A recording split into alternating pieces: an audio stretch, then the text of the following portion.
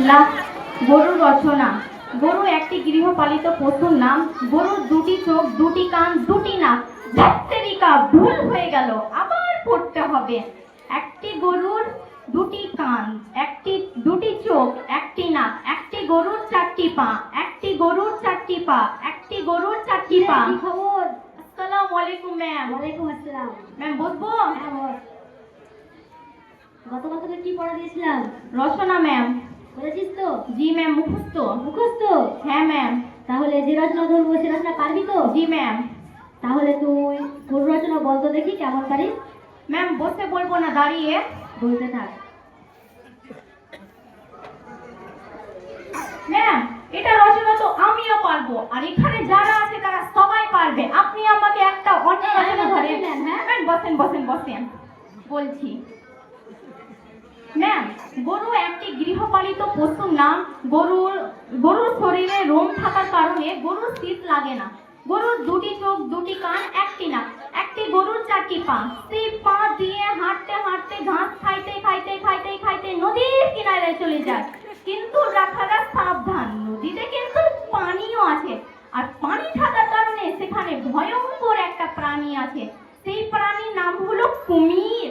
কুমিরের মাথার উপর লম্বা একটা গাঁঠা আছে, মুখের মধ্যে বড় লাল একটা জিভা আছে, আর জলের মধ্যে অসংখ্য দাঁত উপস্থিত। সেই দাঁত দিয়ে কুমিরা চিবিয়ে চিবিয়ে খাবার খায়। আর ম্যাম, কুমিরের পেছনে লম্বা একটা লেজ আছে, সেই লেজের মধ্যে অসংখ্য কাঁটা, খাঁচকাটা খাঁচকাটা। এই তোকে আমি গরু রচনা কি যাতা বলছিস? তুই গরু রচনার মধ্যে কাটা পানি কুমিরা কোথায় পেলি? ম্যাম আপনি আমার রচনা ডিকশনারি মনে করতে পারেন। এই তোর রচনা আমি বুঝতে পারিনি, তুই অন্য রচনা বল। তুই তাতে শাড়ি নিয়ে একটা রচনা বলতো দেখি কেমন এটা পারিস। কোনো ব্যাপার হলো ম্যাম? ম্যাম এখনো গ্রাম বাংলায় অনেক তাঁতের শাড়ি পাওয়া যায়, কিন্তু গ্রাম বাংলার খালার মায়েরা, নানির মায়েরা এবং এখানে যারা আছে মা ও বোনেরা, আপনারা কিন্তু তাঁতের শাড়ি পরতেন।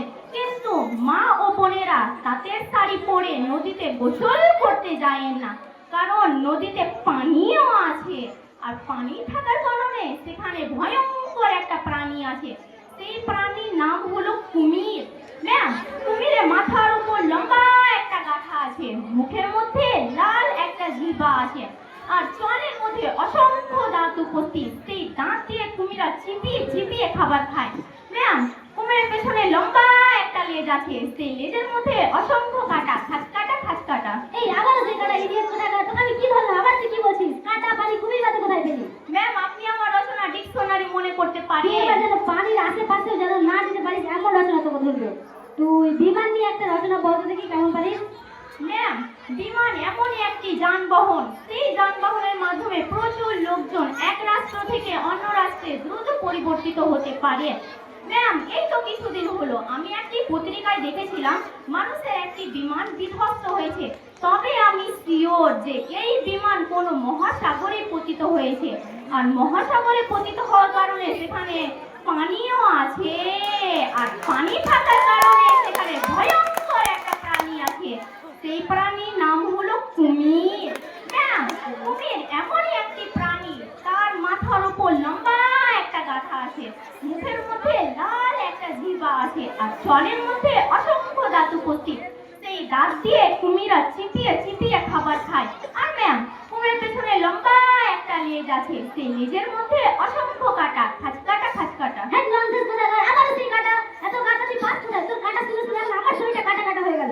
যে রচনা ধরছিস সেই রচনায় কাটা পানি কুমির কোথায় পাচ্ছিস ঘরে তুই? ম্যাম আপনি আমার রচনা ডিকশনারি মনে করতে আমি পারেন। বুঝতে পারছি না, তুই অন্য রচনা বল। এবার যেন পানির আশেপাশেও যেন না দিতে পারিস এমন রচনা বল। তুই পড়াশি যুদ্ধ নিয়ে একটা রচনা বলতো দেখি।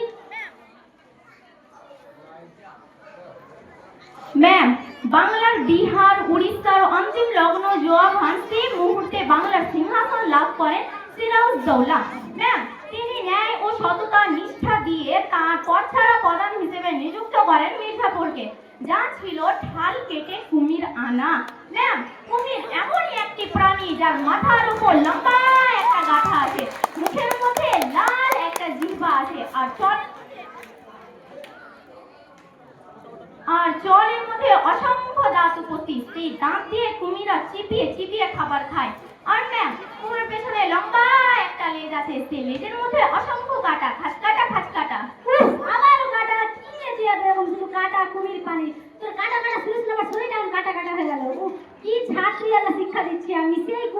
কাটা সেই পানি, কোথায় পাচ্ছি এত কাটা? ম্যাম আমার পড়া হয়েছে তো। পড়া হয়েছে, জিজ্ঞাসা করছি, জিজ্ঞাসা নাই, কুমির কাটা পানি, তোর আসলে কিছু হয়নি। পড়া না পারলে কি শাস্তি দেবো মনে আছে তো?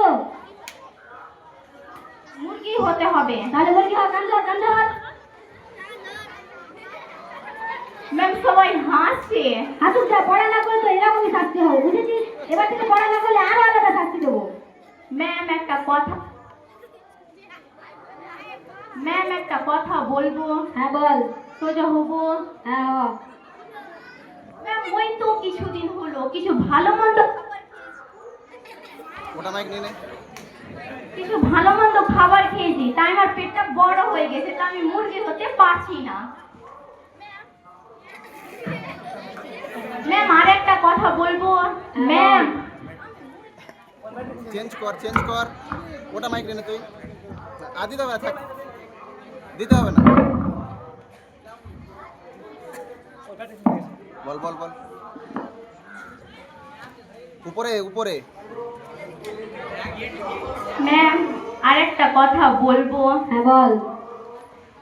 ম্যাম ওই তো কিছুদিন হলো কিছু ভালো মন্দ খাবার খেয়েছি, তাই আমার পেটটা বড় হয়ে গেছে, তা আমি মুরগি হতে পারছি না। ম্যাম আর একটা কথা বলবো। হ্যাঁ বল। ম্যাম আমি মুরগি না হয়ে যদি কাঁটাওয়ালা কুমির হই। আবার সেই কুমির,